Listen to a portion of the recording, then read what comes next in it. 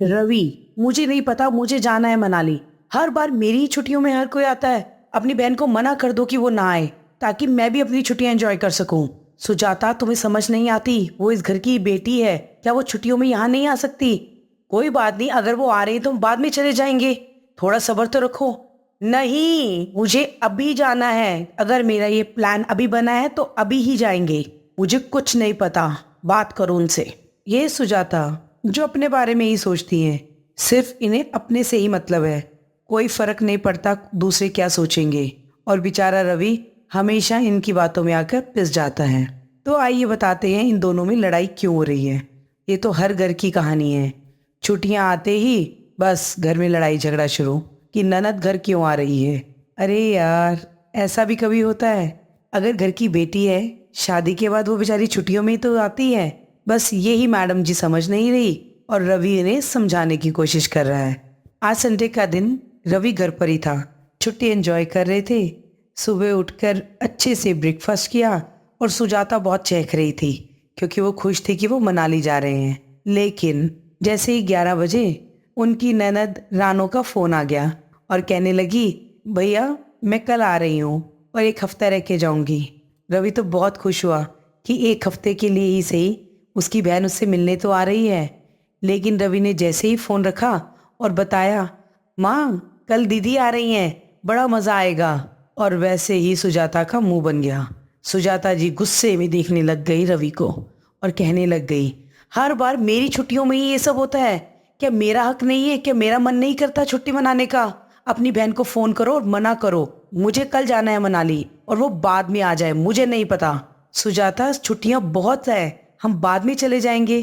कल दीदी आ रही हैं तो इसे शांत हो जाओ और देखो घर में क्या चाहिए, मुझे लिस्ट दो, मैं सामान ला देता हूँ। हम जाएंगे घूमने। नहीं, मुझे नहीं पता, मना करो अपनी बहन को। मुझे कल के कल ही जाना है। बस दोनों मियाँ बीवी में बहस शुरू।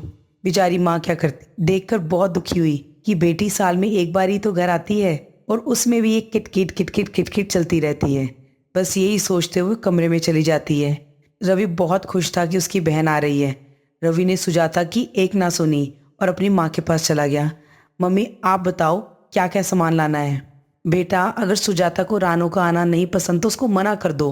कोई बात नहीं, वो भी वहाँ पे रह लेगी और बीच में आकर मुझसे मिल जाएगी। नहीं माँ, दीदी कल के कल ही आएंगी, आप टेंशन मत लो। और दीदी को इस बारे में पता नहीं लगना चाहिए कि हम मनाली जा रहे थे। हम मनाली बाद में चले जाएंगे। रवि के तो पैर जमीन पर नहीं लग रहे थे, बहुत एक्साइटेड था। रानो और रानो के बच्चे रहने आ रहे हैं। वो दुनिया भर का सामान लेकर आ गया ताकि उसकी बहन और उसके बच्चों को यहाँ पे हर चीज़ मिले। और वो ये सब्री से इंतजार करने लग गया कि कब अगला दिन चढ़ेगा और उसकी बहन घर आएगी। जैसे तैसे रात निकलती है। रवि सुबह जल्दी उठ जाता है और अपनी बहन को फ़ोन पे फ़ोन करता है, दीदी कब आ रहे हो, कितने बजे की ट्रेन है, बताओ ना, मैं तुम्हें लेने आऊँगा स्टेशन। सुजाता ने भी अपनी टिकट उसको भेज दी। बस रवि जैसे ही टाइम हुआ स्टेशन पे अपनी बहन को लेने चला गया। दोनों बहन भाई गले मिलकर इतने खुश हुए और बहुत ज़्यादा एक्साइटेड हो गए कि छुट्टियों में हम एंजॉय करेंगे। क्योंकि जब बहन भाई दिखते हैं और मिलते हैं तो अपना बचपन याद आ जाता है और हर कोई अपना बचपन जीना चाहता है। बड़ी खुशी के साथ रवि रानो को अपने घर लेकर आता है। लेकिन उसकी वाइफ को तो बहुत गुस्सा चढ़ा हुआ था। सुजाता ने एक बार भी रानो को नहीं बुलाया। रानो को एक बात थोड़ी अटपटी लगी। रानो ने कितनी बार बातों बातों में पूछने की कोशिश की कि भाभी को क्या हुआ है, लेकिन रवि और उसकी माँ दोनों ही बात को टाल रहे थे। जैसे तैसे शाम हुई। रवि को सुजाता पे बहुत ही गुस्सा आया और गुस्से में बोल ही पड़ा कि तुम्हें समझ नहीं आती, अगर एक हफ्ते के लिए दीदी आए हैं तो खुशी खुशी उनके साथ टाइम स्पेंड कर लो। क्या मुंह फुलाकर इस घर में घूमना ज़रूरी है? मैंने कहा ना कि एक हफ्ते के बाद मैं तुम्हें ले जाऊंगा। तुम क्यों इतना वो बोल रही हो? मुझे नहीं पता, मुझे भी अपने मायके जाना है। तो ठीक है, तुम जाओ, तुम्हें कौन रोक रहा है? मायके जाओ, मनाली जाना है वहां चलो, जहां चाहती हो मैं तुम्हें लेके जाऊंगा, लेकिन एटलीस्ट एक हफ्ता ढंग से निकाल लो। लेकिन सुजाता मैडम को तो बहुत गुस्सा था कि गर्मी में खड़े होकर किचन में काम करना पड़ेगा। रानो दिल की बहुत अच्छी थी और बहुत ही अच्छी ननद थी। वो जब भी घर में आती अपनी भाभी का हाथ जरूर बटाती, हर टाइम उनके साथ किचन में लगी रहती, सबके साथ एंजॉय करती। देखते ही देखते एक हफ्ता बीत गया, लेकिन सुजाता का गुस्सा अंदर से दबा रहा। सुजाता ने बिल्कुल भी रानो के साथ ढंग से व्यवहार नहीं किया। रानो बहुत खुश थी और वो कुछ गिफ्ट्स भी लाई थी। उसने सुजाता और रवि को गिफ्ट दिए। रवि तो बहुत खुश हुआ कि उसकी बहन आई है तो उसके लिए कुछ लाई है। छोटे बच्चों की तरह एक्साइटेड होकर अपनी बहन को गले लगाया और कहा, थैंक यू दीदी, मुझे हर साल आपके ही गिफ्ट का इंतजार रहता है। थैंक यू दीदी, आप मेरे लिए इतनी सुंदर टी शर्ट लाए। बेचारा वो तो खुश था, लेकिन सुजाता को साड़ी बिल्कुल पसंद नहीं आई और उसने एज इट इज़ डब्बा साइड पे रख दिया। ऐसे ही देखते देखते एक हफ्ता बीत गया। सुजाता का रवैया बिल्कुल भी अच्छा नहीं था रानो की तरफ, लेकिन रानो बहुत ही प्यार से अपनी भाभी के साथ रही। जैसे ही रानो विदाई लेके अपने ससुराल गई, सुजाता मैडम ने अपना बैग तैयार कर लिया कि मुझे भी अपने मायके जाना है।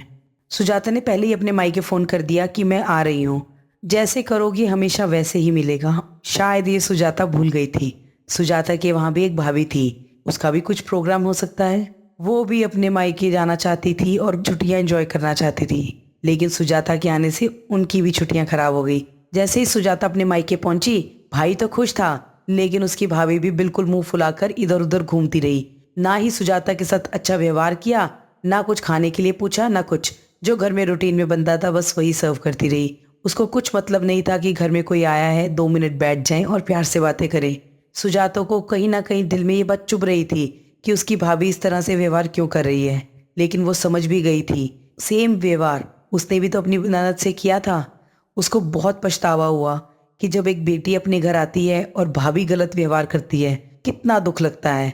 बस रोते हुए वो जल्दी ही अपने ससुराल चली गई और वहाँ जाकर रवि से और अपनी माँ से माफ़ी मांगी और फिर अपनी ननद को फ़ोन किया कि दीदी मुझे माफ़ कर दो कि मेरी वजह से आपकी भी छुट्टियां खराब हो गई। आगे से मैं आपके साथ कभी गलत व्यवहार नहीं करूंगी। अब जब आओगे मैं हमेशा खुश रहूंगी। मुझे आज समझ में आया कि जब एक लड़की अपने मायके आती है तो उसे यही चाहिए कि सिर्फ उसे प्यार मिले। थोड़े दिन के लिए आती है, फिर अपने जिम्मेदारियों में उलझ जाती है, लेकिन मैं ये बात समझ नहीं पाई। मुझे माफ़ कर दीजिए। आप हमेशा छुट्टियों में यहाँ आइए और अब जब जब आएंगी मैं हमेशा खुशी से ही आपका स्वागत करूंगी। मुझे माफ़ कर दो दीदी, जो मैंने आपसे व्यवहार किया। रानू का बहुत बड़ा दिल था और उसने उसको माफ़ भी कर दिया। अब दोनों ननद भाभी में इतना प्यार हो गया कि हर रोज़ फ़ोन पे बातें करती थी और वेट कर रही थी कब अगली छुट्टियां आए।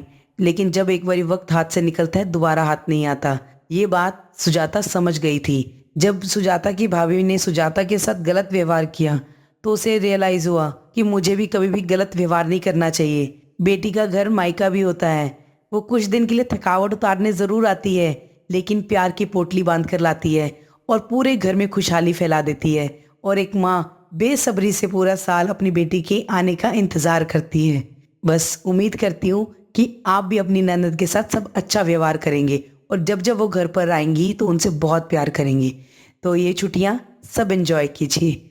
मिलते हैं आपसे अपनी नई कहानियों के साथ। तब तक के लिए take care, bye, stay safe and stay healthy.